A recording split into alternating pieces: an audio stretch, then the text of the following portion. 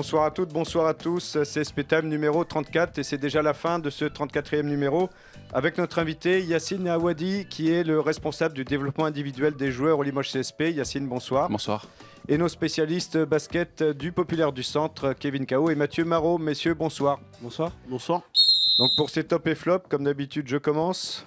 Mon top, je vais le donner à l'Euroleague et au Final Four de l'Euroleague parce qu'on a vu quand même des matchs de très haut niveau. Ça nous a, alors on va pas dire que ça nous a réconcilié avec le basket de haut niveau, mais bon, par rapport à certaines purges qu'on peut voir en Jeep Elite, je parle pas du Limoges CSP, bien que bon, il y a eu certains matchs, certaines cette saison qui n'ont pas été franchement transcendants.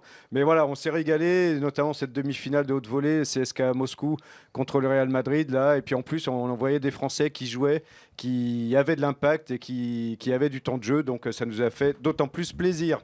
Le flop, je le donne à Nanterre pour sa défaite à domicile contre Pau-Orthez. Il y avait beaucoup de scénarios qu'on pouvait envisager. Celui-là, c'était un des pires. Et ben voilà, il s'est vérifié malheureusement. Et pour les Nantériens qui avaient sans doute envie d'éviter Limoges, en tout cas, c'est réussi. Bon, ben flop à Nanterre. On continue avec ces top et flop. Yacine. Alors, pour mon top, je dirais cette dernière journée face à Levallois, je pense à Sékou Doumbouya avec sa performance. Il termine cette saison de la plus belle des manières. Et puis je dirais également, sincèrement, William Howard, parce que ce qu'il a fait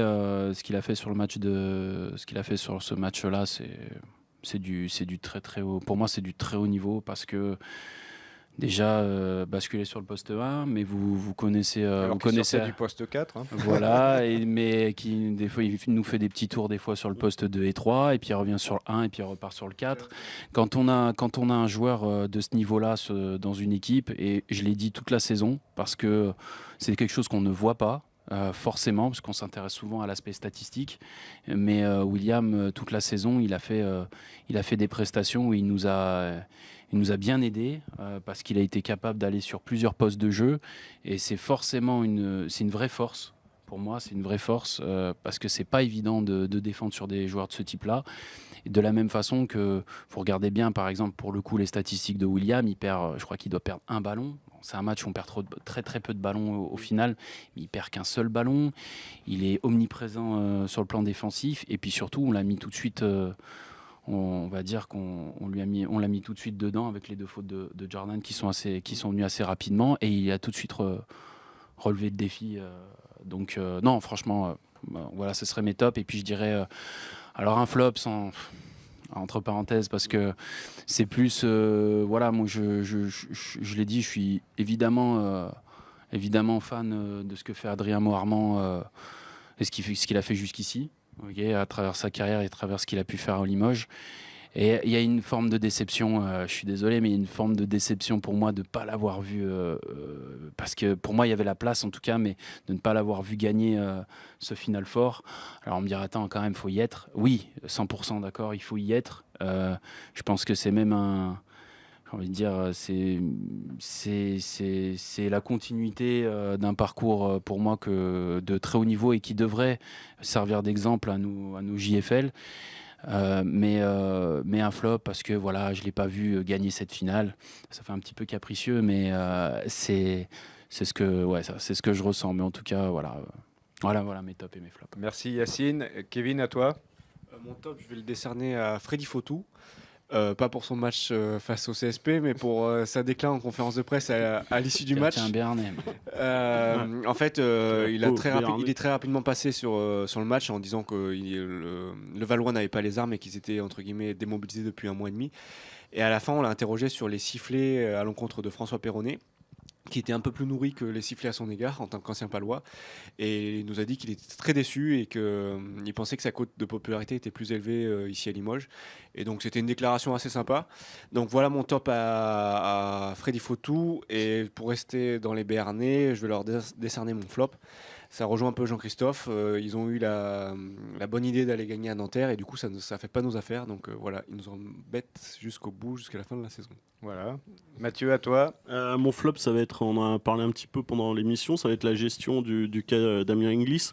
Est-ce que tu m'enlèveras pas de l'idée que c'est quand même frustrant d'avoir un joueur comme ça, un ancien joueur NBA quand même. Enfin, on parle pas de n'importe quel joueur dans l'effectif du Limoges CSP et de pas le voir sur le terrain, quoi. Ça laisse un petit goût d'amertume au fond de la gorge. Et mon top, c'est obligé, c'est pour Adrien Moirement, pour le joueur qu'il est devenu, quoi. Toi, t'étais pour FS en finale. Ah, moi j'étais pour FS. Ouais. Moi je suis une groupie d'Adrien Moirement, quoi, depuis son passage à Limoges, parce que je l'avoue, c'est un super travailleur. Tout ce qu'il a, il le mérite. Il bosse énormément, il ne cesse de progresser. Là aujourd'hui, il a 30 ans, il arrive en finale de l'Euroleague. Enfin, je sais pas si on se rappelle quand il est arrivé à Limoges, mais je pense que peu de monde aurait parié pour voir Adrien Moirement en finale de l'Euroleague quelques années plus tard. Et en fait, tout ce qu'il a fait, il l'a fait à force de travail et tout ça. Et donc, bien sûr, il y a cette pointe de regret que je partage avec Yacine, qu'il n'ait pas soulevé l'Euroleague, mais aujourd'hui il est devenu un des meilleurs postes 4 d'Europe, Adrien, et il a, je crois, 30 ans. Il aura peut-être, j'espère qu'il aura une autre occasion de soulever ce trophée. Et peut-être avec l'équipe de France à la Coupe du Monde. Aussi. En tout cas, on espère qu'il sera aussi là, un joueur majeur de cette équipe de France. Et puis qu'il reviendra peut-être à Limoges, un de ces quatre. Pourquoi pas. J'irai le chercher en bagnole. Juste pour ajouter par rapport à Adrien, c'est que faut pas oublier également que nous, au sein du staff médical, on a Xavier Dumélier qui fait un super travail déjà avec... il va partir à Krasnodar. $3, je te dis, il va devenir intouchable pour Je pense qu'il aime trop Limoges. Il aime trop Limoges, mais au-delà de ça, vraiment petit clin d'œil, parce que je sais qu'il suit Moirement de près. Il est déjà allé à plusieurs reprises à Istanbul. Je sais que Moirement sera dans le coin d'ici peu de temps pour aller voir, comme je dis souvent, le magicien. Donc, Mago Dumélier. Donc voilà, un 5e top pour Xavier Dumélier. Messieurs, merci. Ce 34e numéro de CSP Time est terminé désormais. Rendez-vous pour le revoir sur notre site internet lepopulaire.fr, sur notre page Facebook Le Populaire Sport, et rendez-vous dans 15 jours, on l'espère, pour la suite des playoffs du Limoges CSP. Pourquoi pas. Allez, salut, à bientôt.